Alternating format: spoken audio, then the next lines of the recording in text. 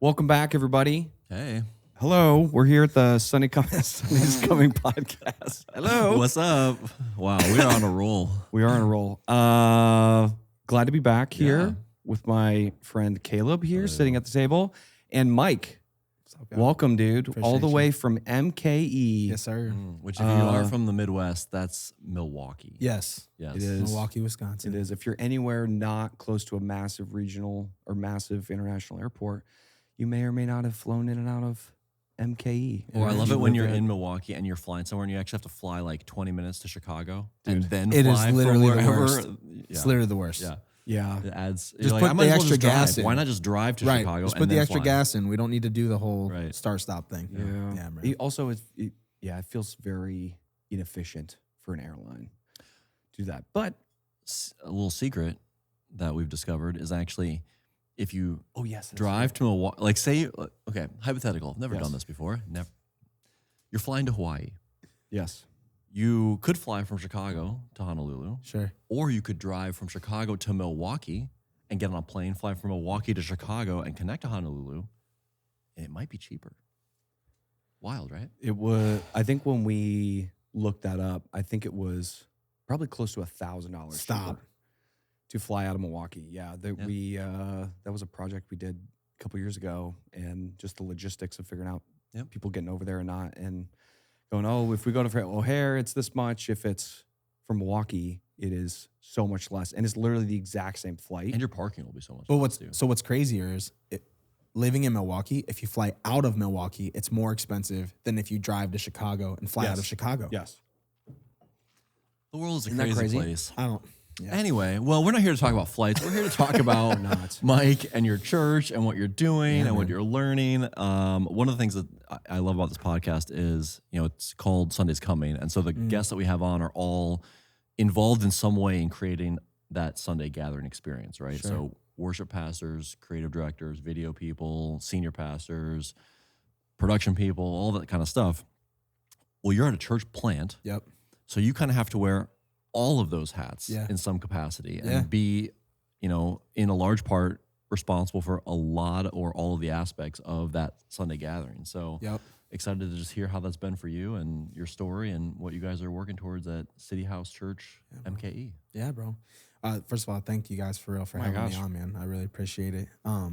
Yeah, dude. I mean, creating a Sunday experience has honestly shifted and changed in our mentalities over the years. So like me and my wife, we co-pastor the church together. And so shout out Tiff. She has a good portion of the creative like lens that we look through.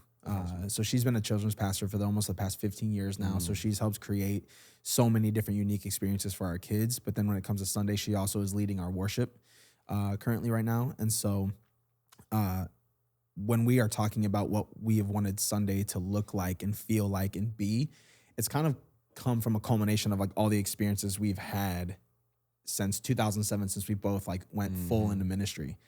And it's looked different over the years, man. Like we have done everything from worked at mega churches, been on staff, to when we were 24, we were put in a position of interim lead pastors of a 100-year-old Presbyterian church in Crivitz, Wisconsin. What?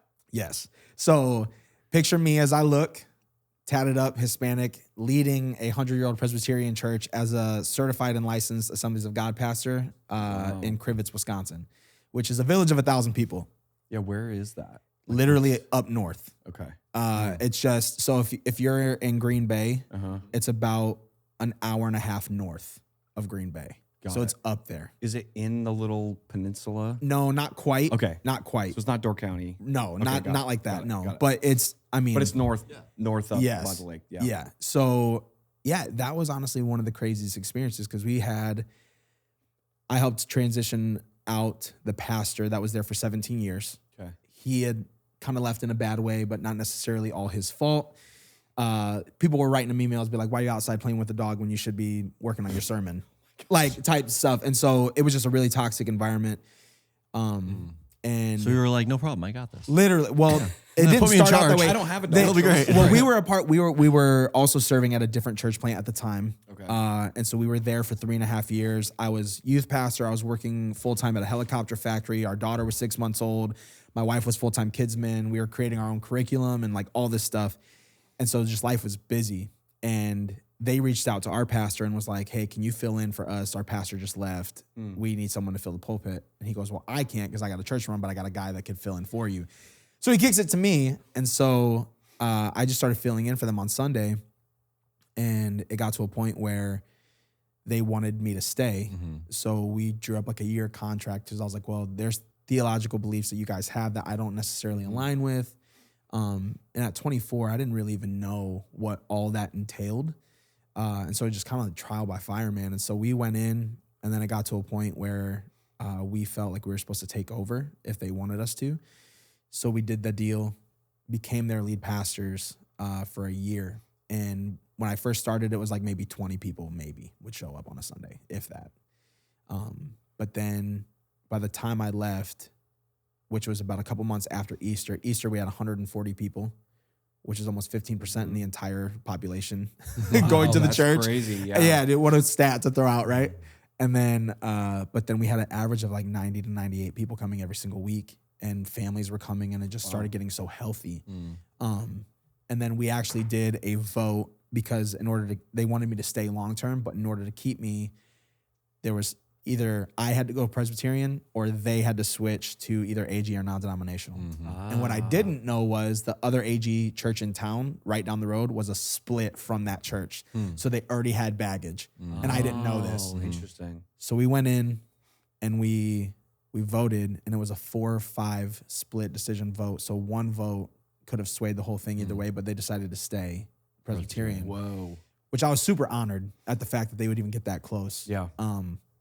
And so what they did that isn't actually allowed, but they forced their presbyters to like make it happen. They put me on the board for the search committee for their pastor, for their new pastor. So the same guy we voted in is still there today. Nice. We still have a good relationship. That's cool. We still talk so that was so all that to say, man, like from mega church to that to 3 different church plants, bro. We've just seen so many different aspects of what Sunday could or should look like. Yeah. And so, man, like stewarding what we feel like is supposed to be this church it's honestly over the last 4 years has just grown and looked so different, even from when we first started. To go back to what you're describing around the church in northern Wisconsin that started out with a small group of people and then progressively as you described it got healthier. You saw growth in numbers as well. Yeah, a lot of people that are in smaller, more established churches that maybe have sort of started to taper off or whatever for whatever reason, it's I don't even know the right like declining, right? Sure. It's the language that often gets used, right?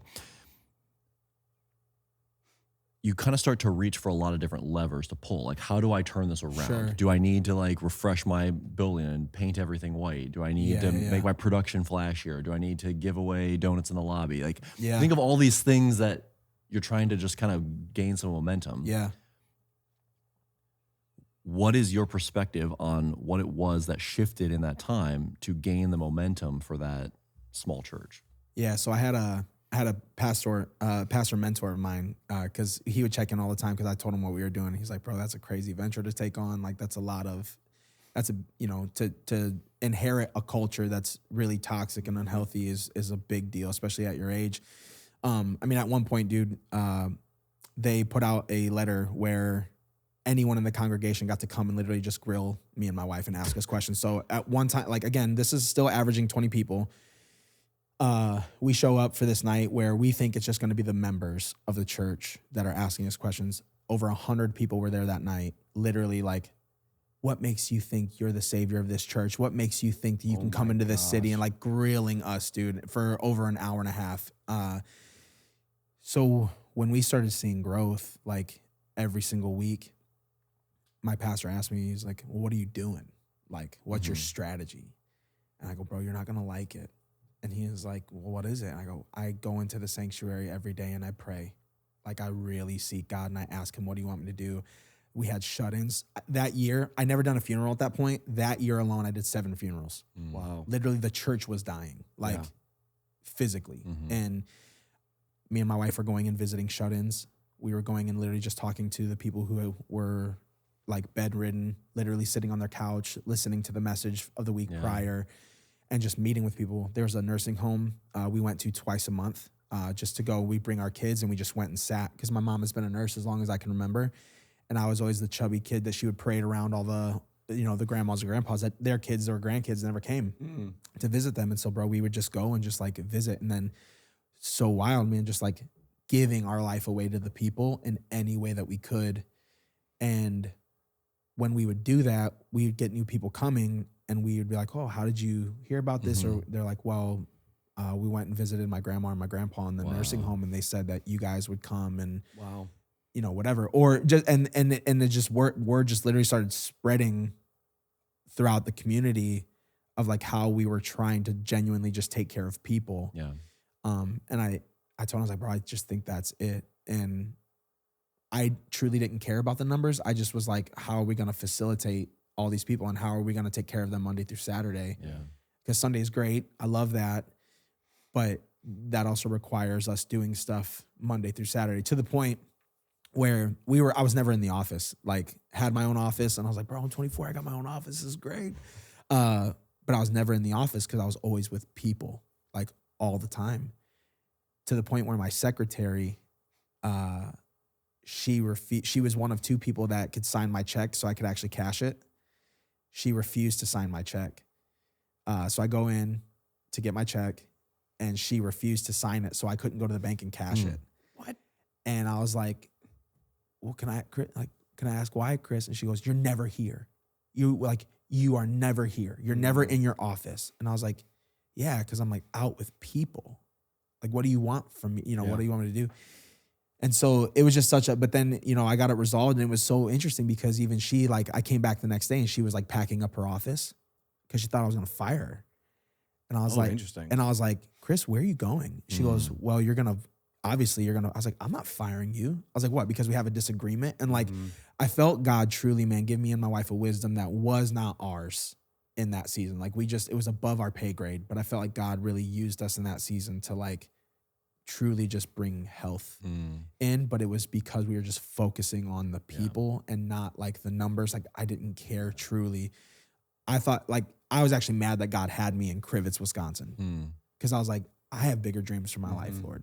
Like Crivets kind of sounds like a disease a little bit. You know what I mean? Like, and so I'm like, why do you have me here? Like, and he goes, take care of the people that I've entrusted to you. Yeah, so good. And so I was like, okay. Yeah. And so that's what we did, man. And I just... The amount of churches I encounter and they're talking about this or that thing they're trying to do, and they often will use the language of like, we want to be relevant.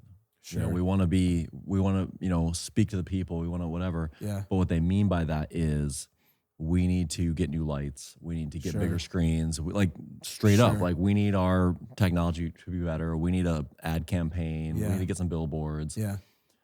And I'm not knocking any of that stuff because there's a time and a place for, effective tools to do your communication. I agree. For sure. But I think, honestly, those things are actually easy compared to the in the trenches, day-to-day work of being with people, sitting with them, walking with them through whatever they're going through. Yeah. But like, as you're describing, the fruit of that is actually what kind of earns you the ability to do those other things. Well, yeah, but we had, there was a guy named Don. He was at the time in his 80s, and I got a phone call that his wife had like just went into the hospital, and he was a World War II vet. Coolest dude ever. He had this like emblem, this pin on it because he was a part of what's called the tank destroyers, and you can like read about them. And so it's like it's a tiger with a tank in its mouth. It's so cool. I'm like, dude, you're awesome. But he drove tanks in World War II, and I was like, so cool.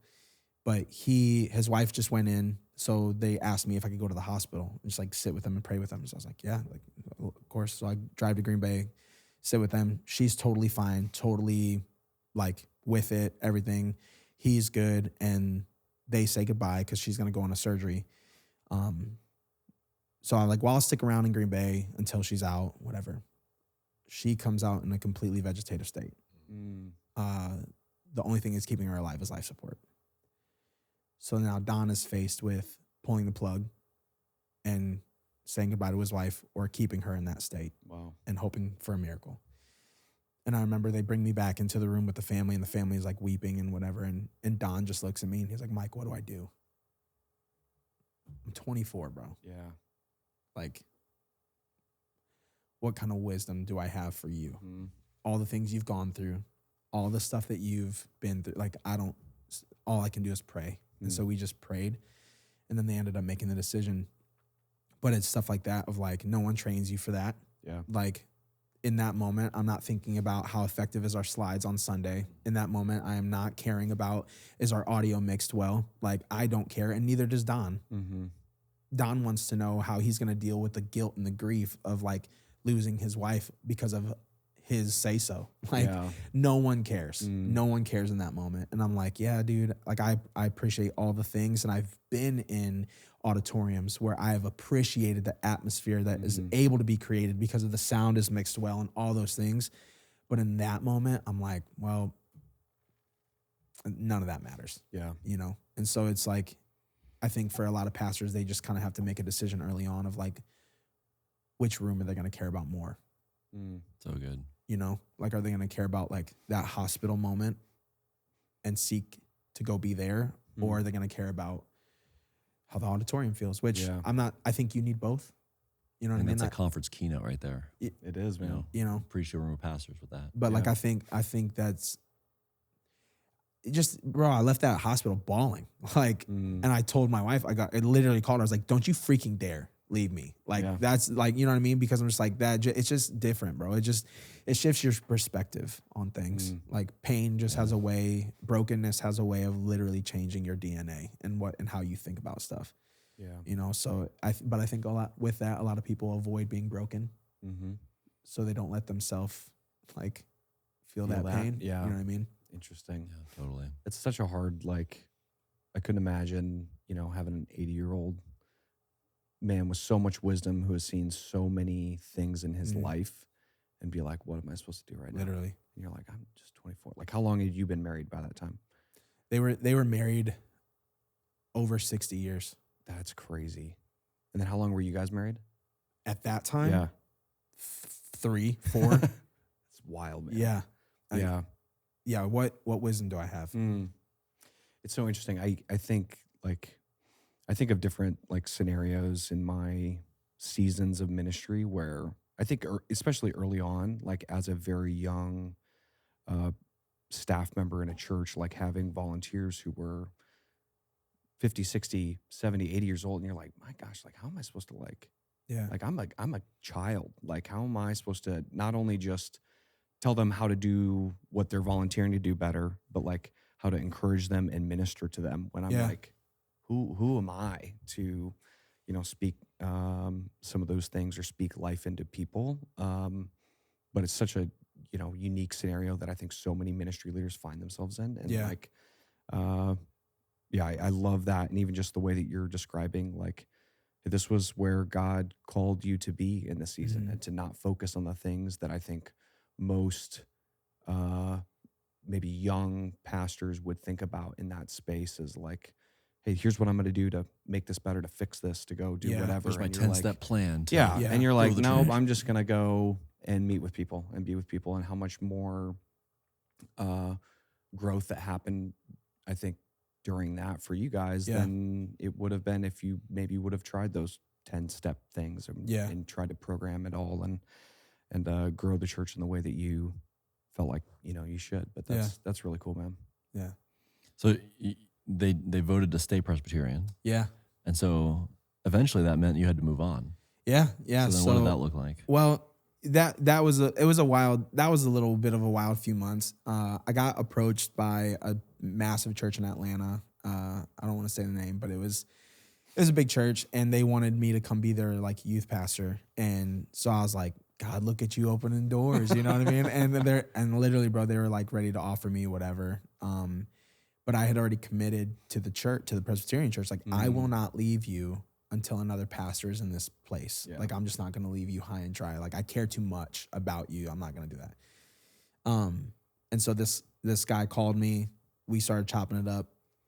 And his biggest question was like, well, when can you get here? I was like, well, I'm finishing out my tenure here. I've already committed to them to stay at least until this point, and hopefully by then they'll have a pastor. But if they don't, I can't just leave them. And he was like, well, if you're unwilling to come now, I guess we can just stop the conversation. So I was like, yeah, I guess we can. Interesting. And so the only lead I had was like cut. But I was like, man, that's just a whole lot of not for me. In that one little blip of conversation. But then we had no exit strategy, no backup plan. I was like, God, but you've taken care of us. You've always, done right by us. So literally it was like about a month before my contract was up and the new pastor was going to get there. I get a call from another pastor at the church we went to ministry school in Rockford. And he was like, I got the worst job offer ever for you. But how would you like to come disciple college students? And I was like, dude, sign me up. Like, and so literally God just made a way. And at the time, man, gave me my dream job. And I just got me and my wife. And at the time, my daughter packed up and we drove back to Rockford to be a part of the church that helped make us who we are now. And I got the privilege to be on staff there for a couple of years and be a part of their young adult ministry and be their discipleship director. And it was awesome, man. And we did that for 2 years. We had our son in the midst of it. And then just our life got crazy. We had 2 young kids, both under the age of 4. And so it just demanded a little bit more of our time. You know what I mean? And so, man, we stepped down from our positions at the church and then worked Starbucks until we figured out what God wanted from us. And then through a lot of prayer and fasting, we thought church planting for us might be in the cards because my time at that Presbyterian church kind of unlocked in me the belief or the calling that I never felt like I could do, which was lead pastor. But during that season, I was like, oh man, God, I feel like this is something you've really created me for, is to shepherd. You're like to be the chief servant of a house and like create that culture for your people to see more of you and how you functioned in your role when you walk this earth.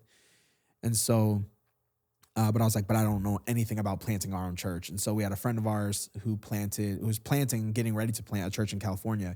He's like, man, just come out and see what it's like. Just come out and ask questions, whatever. And so I'm like, great. Totally not planning to move there. But then while we were there, me and my wife both felt at the same time, God said, commit 2 years here. And then at the end of the 2 years, pray about what's next. Wow. So we moved back. We came back to Rockford, packed our stuff, and in 2 months we were gone and left to California. So we were there for 3 years. And then in the midst of that time, man, felt like God train us up, equip us, and get us ready to plant our own church in Milwaukee. That's crazy. Where in California were you at? So the church was located in Tustin, but we lived in Irvine, so it was like pretty much the same thing. Gotcha. That's crazy. What was your role? Like, what did you step in to do there? It was actually really glamorous. I was the setup and tear down guy. Love it. For the entire 3 years.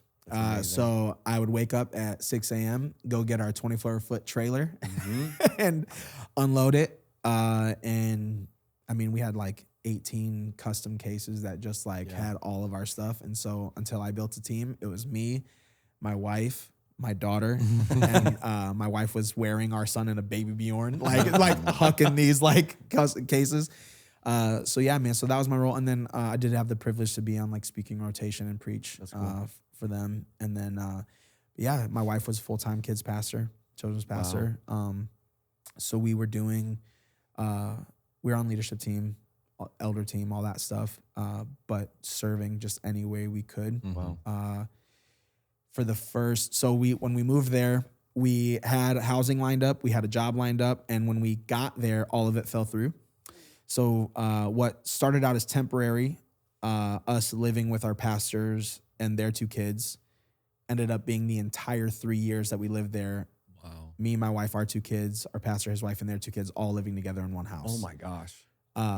And for the first 365 days, we occupied a 1-bed bedroom, me and my wife and my 2 kids, So my daughter, who just turned 5 when we got there, slept on the top bunk, and me and my wife and my son slept on the bottom bunk. Dude, For the first full year we were there. that's crazy. Yeah, dude. So we were, but we were in it, man. We were in it. We just, when God tells you to go, Yeah. you know, you just don't, you have a couple options. You either do it or you don't. There was nothing glamorous about it, Wow. but That's cool, man. yeah. When you were going out there and, you know, as you're calling them to go, hey, I want to learn more about church planning, you know, all of these things, like what were some of the things that surprised you when, you know, eventually you must have taken enough from it to go, I could go do this You could somewhere, go do this. to where you're at now. But like, what were the things that like were the most surprising to you based on, you know, the other couple of experiences that you had in ministry prior to moving to California? And, you know, yeah, it's not glamorous, but what was the things that maybe were the hardest, I guess, to figure out? Yeah, I think some of the hardest stuff to figure out is being okay with who God has created you to be and how he wants you to lead in that. And not saying that like I am who I am and like nothing I do about who I am changes to adapt to certain things. But me and my wife have totally different mentalities than our lead pastors there, in the way of how we function. Like, okay, so for instance, when COVID hit, my pastor was very analytical, very like, okay, these are the XYZ steps that we need to do. This is what we need to prepare for. This is like how we're going to record services. And he was getting all that stuff ready because one, in California, it was way more intense than it was back in the Midwest. And so churches were not allowed to meet, but the word still needed to go out. Community still needed to try to be built and all these things. And so he was trying to figure out all the logistics of how everything was going to function and all these things. The first thing me and my wife did was we went into the kitchen, started baking cookies, and then hand delivered them to the people that we could. And like, just to be like, we're here in it with you. We love you. Like, we're connected. Like, we would have to like run to the door, drop them off, and then back up and, you know, whatever. But it was such a beautiful combination of the two different mentalities literally working together to create and like sustain this healthy thing. And I think for me, what I found to be the most difficult is finding people that are willing to really do whatever it takes to build. Because I know my skill set. I know who God has made me to be. I know my wife's skill set, and we complement each other really well. But dude, this is not the Mike and Tiff show. Like, there has to be other people. Like, if we're called to it, there has to be other people called to it. Because we cannot do it, nor should we do it alone. And that's not even just being like, oh, we need lay leaders to like do all the stuff we don't want to do. I'm like, bro, I need a psalmist in our church to like see the heart of what God is wanting to do in Milwaukee, not to create a great record, but like, what is the heart cry of our people now and what they're going through and what they're needing? I need people to like care about it. And we've had some massive people step up for us, like DJ being one of them. He is a storyteller, bro. Like, he is a storyteller. And so it's really cool to watch that gifting come out in the way he edits and videos and like how he thinks about it. Even watching him though pour into the young adults, him and this girl, Helen, that we have, man, like literally just creating their own like community of believers within the young adults and the college students in Milwaukee. We've had a couple of people, Aaliyah and Caesar, that are taking over our kids, a young married couple, and they're doing all of our kids ministry stuff now. And they're amazing because they like, she's a part of like early childhood development. That's what she does for her work, but they just pour into our kids. So just seeing certain things take place, I'm like, we're 4 years in, bro. Yeah. So we've been doing this for 4 years, and just now we're starting to see those difficult areas of like needing other people. Yeah. You know? Interesting. So it's, I've said this before, man. I think actually John might have said this, but I'll credit it to him, but I think he'll credit to his pastor. But we grow at the rate of relationship. And that, dude, like, that's so true. But not even like this kind of relationship, but like as a church, we also grow at the rate of this relationship. And so like the more and more people, and I think that's what we saw the challenge leaving California, because when our pastors launched their church, they had a sloth of people come with them. Yeah. Like, and so they already had a good amount of people Yep. that were in proper positions. So it wasn't even just us, but there were other people that played critical roles that went with them.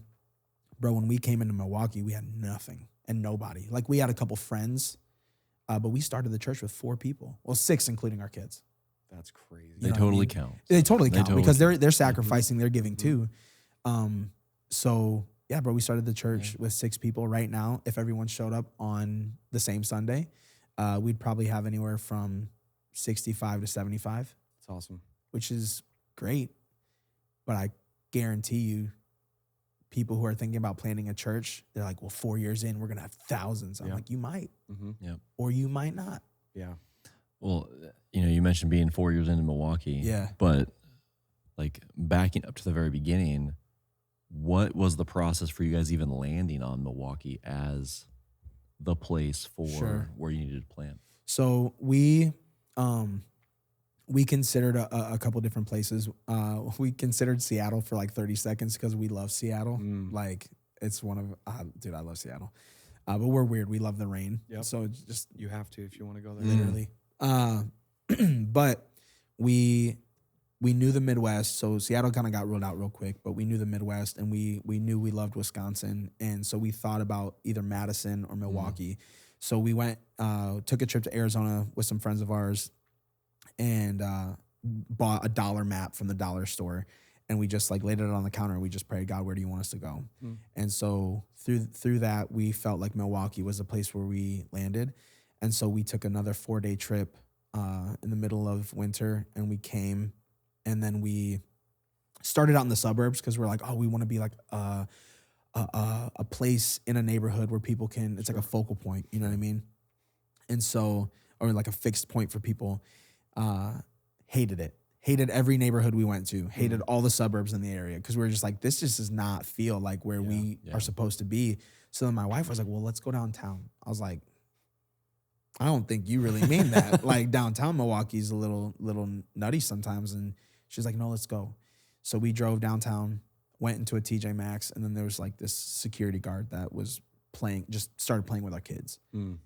And all I could think about was just, I wanted to invite him into a community and just care for him, like love him, provide for him. Like, and I was like, but God, I don't have a church to do that. And God was like, well, not yet. This is where I want you to be. And so we instantly both felt in that moment, without even talking to each other, like downtown is where we were supposed to be.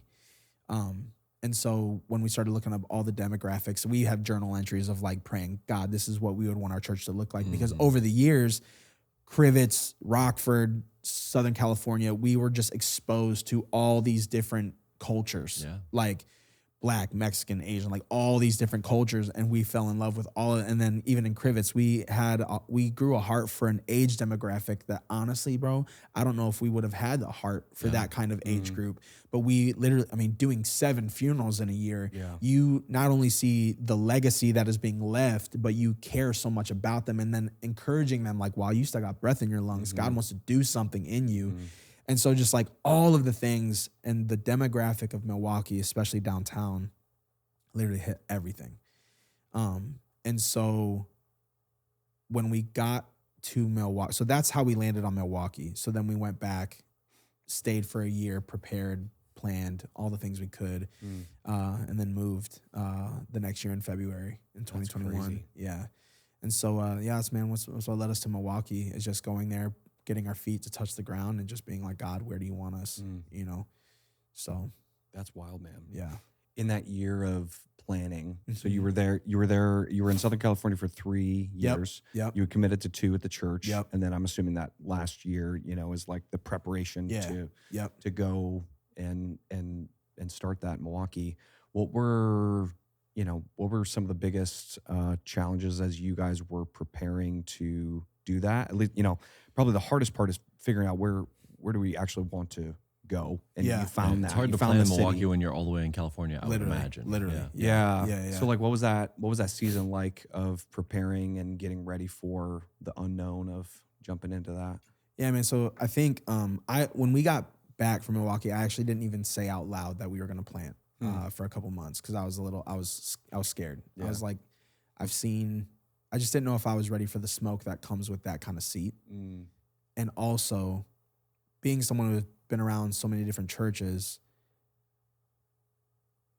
there is a lot of hurt that comes from people within those churches. Me and my wife never want to be that pain point for people. That there's a potential that because of the seat we hold, we might actually be someone's frustration and hurt. And we might be the source of that. Oh, yeah. Not intentionally, obviously. Like, that's never our heart. And I don't think that's the heart, really, of most people that find themselves in that as the pain point for others. But inevitably, it's going to happen. So when we finally said yes and we told our pastors this is what God is leading us to do, all these things, now it just started not only like figuring out all the bylaws and the logistics and getting a website and like all the stuff or whatever, but then fundraising. But honestly, bro, I was working at a place called Irvine Company, which is the largest real estate, like property management company in Southern California. Okay. They actually have an office in Chicago. Interesting. Yeah. And I remember my birth, like April of 2020, all the COVID stuff started.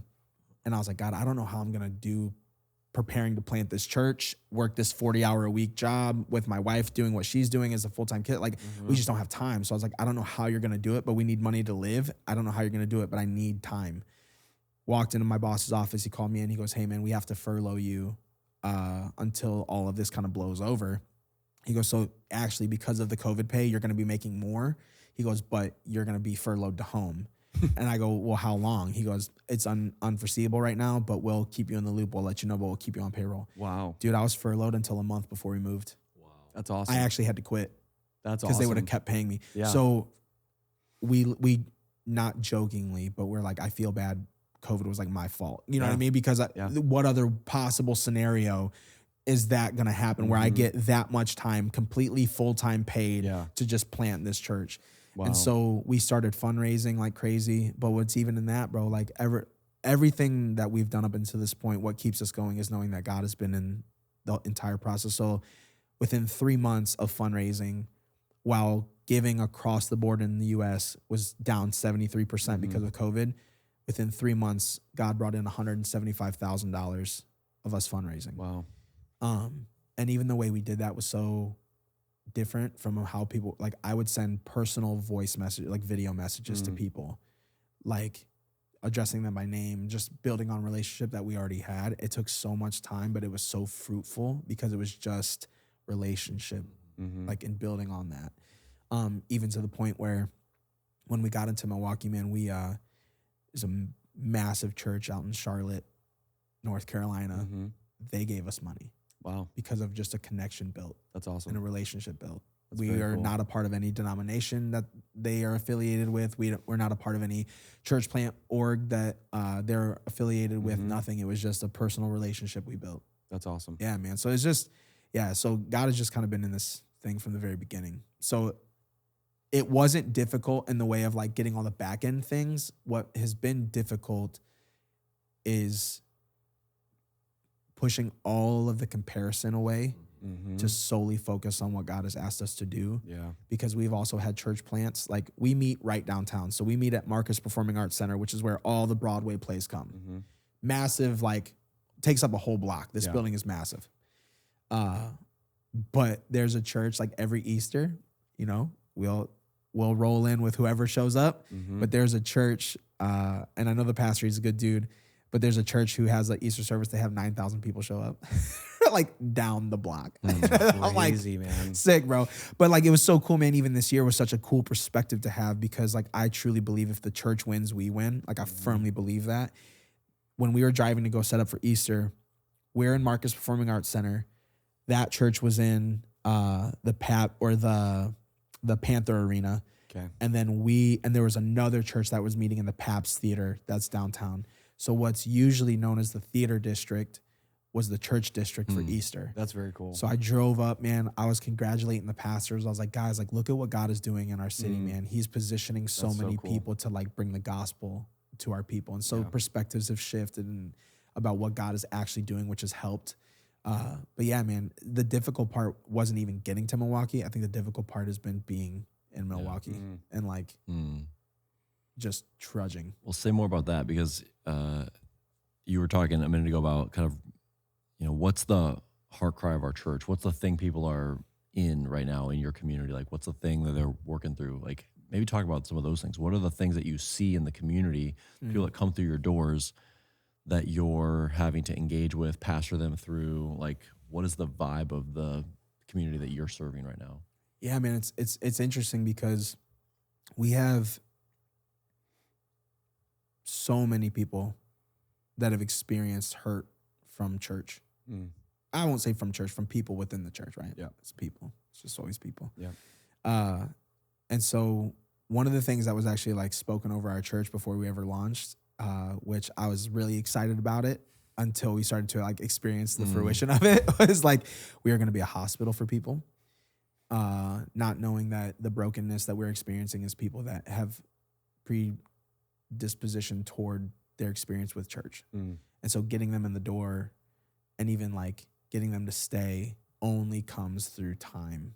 And so like spending time and like time and time again, just proving who we are over and over and over again. And so I think like one of the biggest things we deal with is actually engaging people with the person of Jesus Christ over the like organization of the church.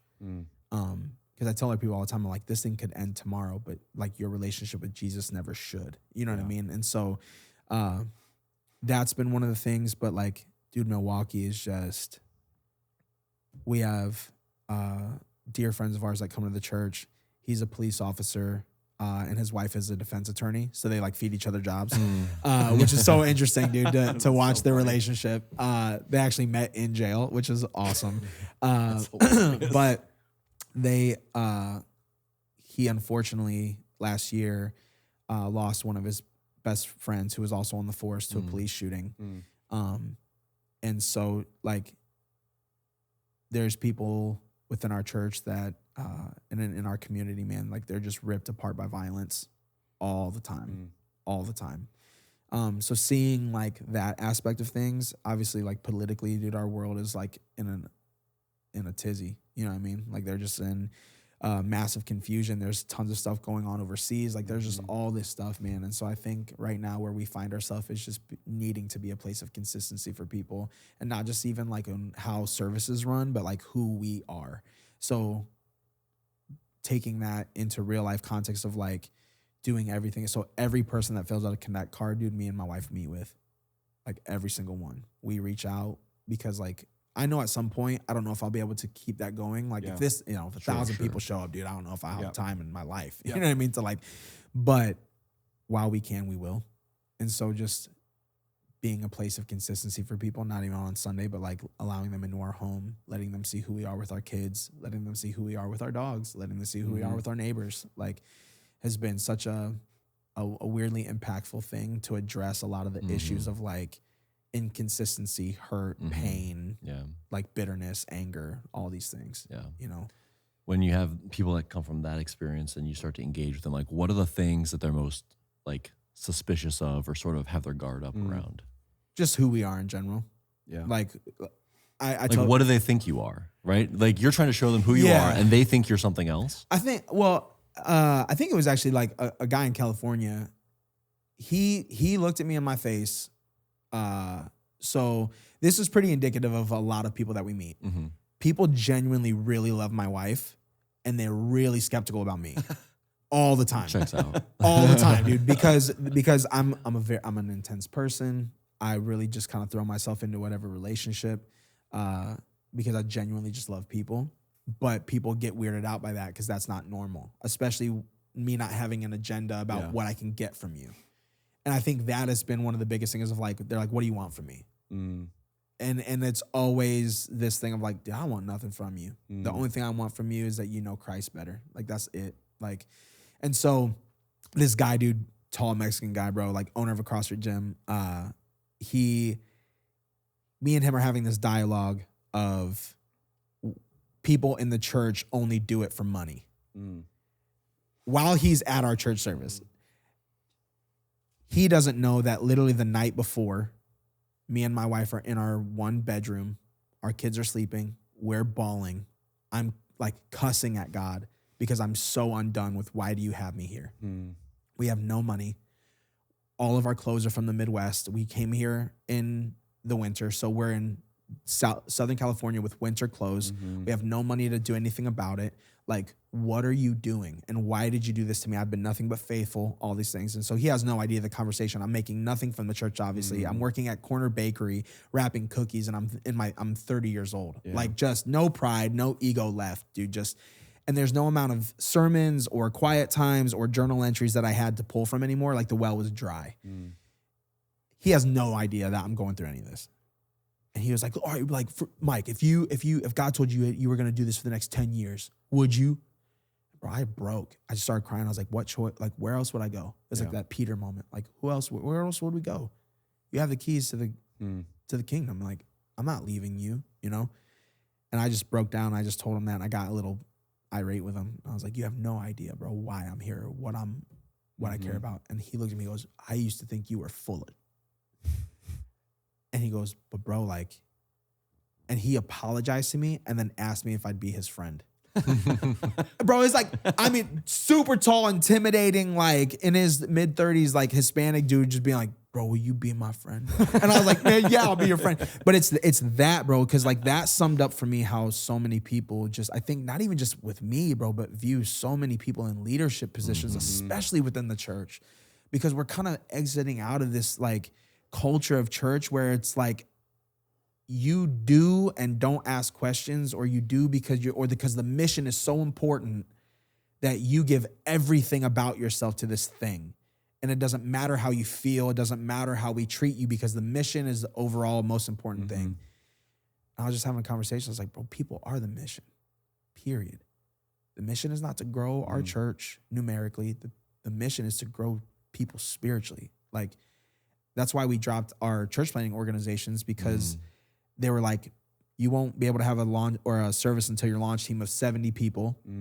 But they literally tell us, be prepared to lose all of those people because of how fast you'll have to run. And they kind of put it in a way of like, they justify it like a rocket. They're like, so when you have a rocket and it's taking off, the thrusters on the side break off past at a certain point. And that's good because they did their job. And I was like, bro, I'm not in the business of losing people. Interesting. I don't like that at all. Some people can vibe with that and can get themselves to understand that, but like, that just didn't sit right with me. And so, yeah, man, we just have been spending the last 4 or 5 years of our life in Milwaukee, doing what Peter says, man, take care of every person that God has entrusted to us, bro. And it is not glamorous. It's not sexy. It is hurtful at times.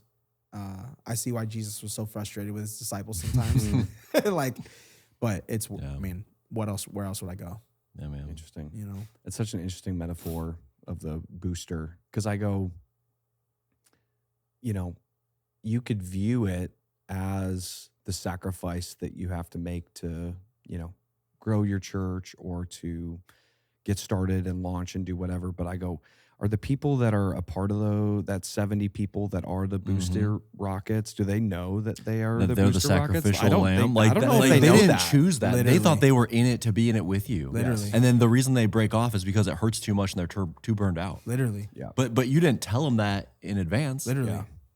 So, like, yeah, man, it's been, which is like, that's what it makes it really hard, bro, to grow a church. And I just, maybe even to encourage some people who want to care more about people, but find themselves in a really hard place because they also feel this urgency to grow. But I'm like, at the end of my life, I'm going to stand before my Creator, and He is going to ask me how I've been faithful, not with the organization that I started, not with the company or whatever, but He is going to ask me how I've been faithful with those He has entrusted to me. And I'm going to look at Him in His face and give an account to everything I have done and how I've treated people. That scares the living hell out of me. To think of myself standing in the throne room of God and seeing all of these people, whether it's going to be a highlight reel or whether they're going to be standing there with me, and being like, how did I actually care about you? Yeah. And what did I prioritize in my life? Like, I don't know of another way to do it. Like, I don't want to do it another way. We dropped another organization or church plant org because they told us at the time that if 90% of our effort wasn't for online, we were doing it wrong. I was like, well, I don't want an online church. Yeah. Like, okay, well, I guess I'll do it wrong. Interesting. We're just going to butt heads. Like, I just don't want to, so yeah, man, but yeah, man, it's very pride checking and ego checking when you really allow yourself to ask, like, why am I doing this and who am I doing it for? But I tell other people all the time, I'm like, I care more about you than what you do. So that'll be the hallmark of our church. Like 1 Thessalonians 2:8 or 2:5, I can't remember which one it is, but it says, this is like the heart cry of our church, man. Like it says, not only did we give you the gospel, but our own lives as well. And I'm like, yeah, we're going to be a place where we do share with you the gospel, but also with that, our own lives. Like we're going to do everything we can, That's good, man. That's good. But so you've been there for, 4 years. Yeah. Right. So that mission you just described of like the gospel plus our lives. Yeah. That's kind of taken a certain shape over those 4 years. Yeah. As you look at the next 4 years, Yeah. like just from your seat as sort of the shepherd of the church, like where do you see that going? How do you see that growing or changing or shifting as you look at the next season? Yeah, man, I think what's really cool is like knowing that I'm not going to be the guy forever and being really excited to support other people that God calls to this thing to do what only they can do. I think that encompasses that. Because when I look at Jesus and when I look at how he lived with his disciples, like the whole time he was getting them ready to take the ministry over from him because he knew where he was going. I know where I'm going. I don't know when, but I know where I'm going. And I think I told my wife, I was like, one of my biggest dreams ever, man, like in my life, there's journal entries all up and down my journals about it. It's like, I can't wait until I am able to pen a letter to City House Church while I'm no longer the pastor, like Paul did to the church in Galatia or Ephesus, or be like, man, I've been praying for you. I've been thinking about you. I've heard about your faith and I'm so excited. Like that is my dream, bro. And so I think over these next few years, like as we've seen people like Caesar and Aaliyah and like DJ and Helen come and like in their own way, figuring out what it looks like to give your life to the church, not to our church, but the church, like watching them grow their own communities and not being afraid or weirded out that other people are looking to them. I'm like, this is how it should be, dude. Like, this is how it should be. Like, I am one person.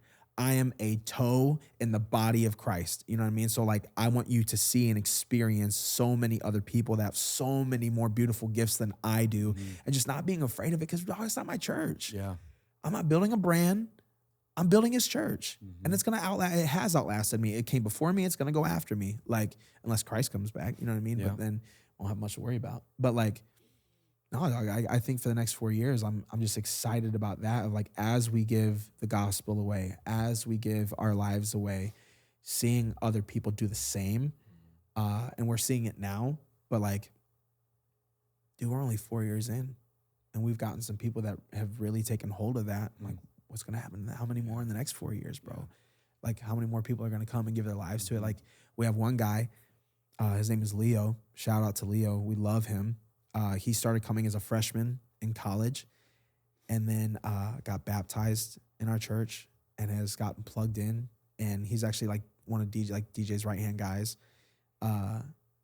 And because of his faith and because of how he's living, his family is moving from California to Milwaukee. Wow. Like, That's crazy. dude, so sick. Like, so ill. So they showed up, and like, it's just been so cool, man, to see the body of Christ take care of people and just watch this over and over and over. But like, because he's connected and because we love him and we care about him, like, we hooked his mom and dad up with our realtor, who is amazing to us, and they've taken care of them and like all this stuff. So it's just been cool to watch and see. But like, even this year, bro, we started this thing where we tithe. So I used to preach about giving once a year because I just never wanted to make that the focus. You know what I mean? But every year when I would preach on it, I would go to the bank and I would take 1/10 of everything that was in our bank account and I'd give it away that Sunday. And it was one of the most Acts 2 things we've ever experienced as a church. Like one year we put 2 married couples through counseling that they wanted to go through. Like we've provided medication for students that couldn't afford it. Like we just started doing a bunch of stuff. And I felt like this year as it was creeping up again, I was so excited, but God's like, well, why not do that every week or every month? I was like, God, that's a lot of money. Like, and we don't make that much. Yeah. But if this is what you're asking us to do, like, great. So just from January, we started this, bro. We've already been able to give like over $4,000 away just to like, we have a benevolence fund to take care of people in our church. So there's like this QR code they scan. So if they're in financial need, they scan that and they fill out this form, and then we come alongside them and provide whatever we can. That's so cool. And so we've been able to like partner with different organizations locally within Milwaukee, and then we've been supporting missionaries since before we even launched the service. Been able to give more to them than we've ever given them because of this, and then because of this we've watched our giving increase from people who like caught vision of just like, dude. So over the next 4 years, man, I'm just like, cool. As we continue just to like pour out, man. Yeah, Seeing other people do the same. That's so cool, man. Yeah. It's got to be cool as that seat, you know, in the church in the same way, you know, where other churches were able to give you guys money to get going, for now you to be able to have the opportunity to give back to the people that you feel like God has, you know, entrusted you to lead and to truly help that community and be a light to the people that attend the church or don't, just in the area, I think is awesome. And what a gift that is, I think, for not just for you guys, but for the people that get to receive that and be like, oh my gosh, like this is a different version of what the church that they might have had growing up, or the church hurt that they had. Like this is a different way that they're then able to experience what the Big C Church is. And I think that's like fantastic. And every time that happens, it changes people's lives for the better. So I think that's so cool, man. Yeah, bro. Honored to do it, man. Yeah. That's awesome. I'm thinking about, you know, people listening that are in a whole wide variety of contexts, you know, some in small church startups, some in sort of established churches, some in mega churches, whatever. Like if you're kind of thinking back over what you've been learning and internalizing this season, like what's something that you think would be an encouragement or challenge that's kind of transferable across all those contexts, whatever role they might find themselves in staff, whatever kind of church expression they're a part of. Anything come to mind that you're like, hey, it doesn't matter what you're doing, like day to day, this is it. Like this is the thing we should all have in mind. Yeah, man, what I'm learning now, which is so interesting because I've been following Christ since 2007. So almost 20 years now. But I think honestly, bro, like how huge of a role faith plays in our life. Like the definition of faith in scripture is God's divine persuasion, and allowing that to literally dictate and watching it and seeing how overall, even as I'm reliving all these things, like the amount of faith we've had to have to let him lead us in all of these different scenarios. I tell people all the time, I'm like, everybody wants a miracle, dude. Everybody's praying for a miracle. But if you want one, that means you're going to have to put yourself in a position to need one. It's cool that like Moses parted the Red Sea and they got to walk on dry ground, but like Egypt was chasing after them to kill them. Like they needed that miracle. You know what I mean? Like they were starving in the desert, so God gave them manna. You know what I mean? Like it's cool to like want a miracle and like all these things, but like, okay, cool. Like, but is your faith going to put you in a position to allow you to need that and rely on him in a way that he has to be the one to show up? And so whether it was us in Crivets or whether it was us in Rockford or whether it was us in California, there were so many moments where our faith had to be built up, and like we had to constantly revisit our faith as like, is this the thing that's going to keep us here and move us on when he's asked us to? So like for me right now, man, I just think, dude, like check your faith. Like dive into what it actually means for you to have faith in Christ and Christ alone. Because I think we can have faith in so many different things, dude. I think we can have faith in metrics. I think we can have faith in our planning abilities, like our own wisdom and intelligence. But as I'm diving into this with our church, we are saved by grace through faith. We live by faith and not by sight. And we can only please God through faith. So I'm like, if faith in God's divine persuasion, literally we find our salvation, our way to live, and how to please God, the enemy is going to stop at nothing to attack that. So he is going to put in our way doubt, fear, anxiety, comparison, like all of these different things to get our attention off of relying on him and him alone. And so I think for anyone that's listening, regardless of whatever circumstance or church or non-church you find yourself in, dude, like, where do you stack up with how much of your faith is in him leading your life over yourself? Because I think even the people that have come to the church, like DJ, we've had talks all the time of just being like, what did God say, bro? Because if God did not tell you to come here, you're going to struggle really hard. Yeah. But did God tell you or not?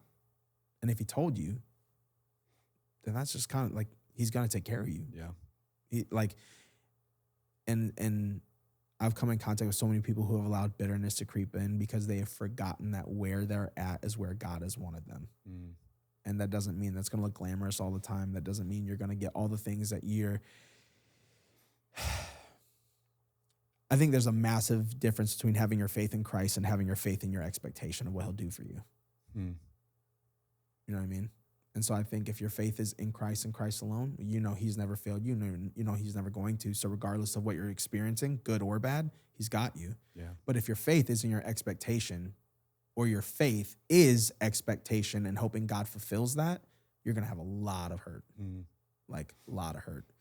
So I think for people, man, like regardless of whatever circumstance they're in, I think the biggest lesson I've learned is continuously revisiting my faith in Christ and Christ alone. Because it's just gotten me through every season. That's good, man. Well, thanks for sharing the story. I mean, you guys have gone through a lot of different things, and it's a unique journey, but excited to see where God takes the church here in the next 4 years. Yeah, bro. Right? And maybe we'll sit around and have a chat about that too and see kind of where you guys have come. Yeah. That's awesome, dude. If there are like people that would love to reach out or maybe they're in Milwaukee here, maybe if they're in Milwaukee, Yeah. if they're thinking of, feeling like this seed has been planted to them that they want to plant a church at some point in their life and want to dig in and have a little bit more of the perspective that you had and go, I don't necessarily want to do all the things that all these, awesome church planting networks do, which works for many, many churches. I think it's awesome. Yeah. But you're doing it differently, and I think that's what's so cool about it. What would be the best way for them to get connected with you, reach out, find you on, I don't know if it's social or anything like that? Yeah, I mean, at City House Church on Instagram, cityhouse.church is our website. You can either DM us online on Instagram or Facebook, at Mike Orta on Instagram. You can DM me, you know what I mean? But yeah, reach out. Love to get connected. Dude, that's awesome, man. Thanks for sharing that and coming out to have this conversation with us. Thank you for I love that, man. I love getting to connect with other leaders who are impacting in their own community in a way that is really, really cool. And I've only heard awesome things from DJ just about you with this church, all of these things. So I'm stoked that you were able to make the drive down and come and hang with us for today, man. Same, bro. That's awesome. Appreciate y'all. Man, well, thanks everybody for listening. We will see you all very, very soon. Until next time, bye.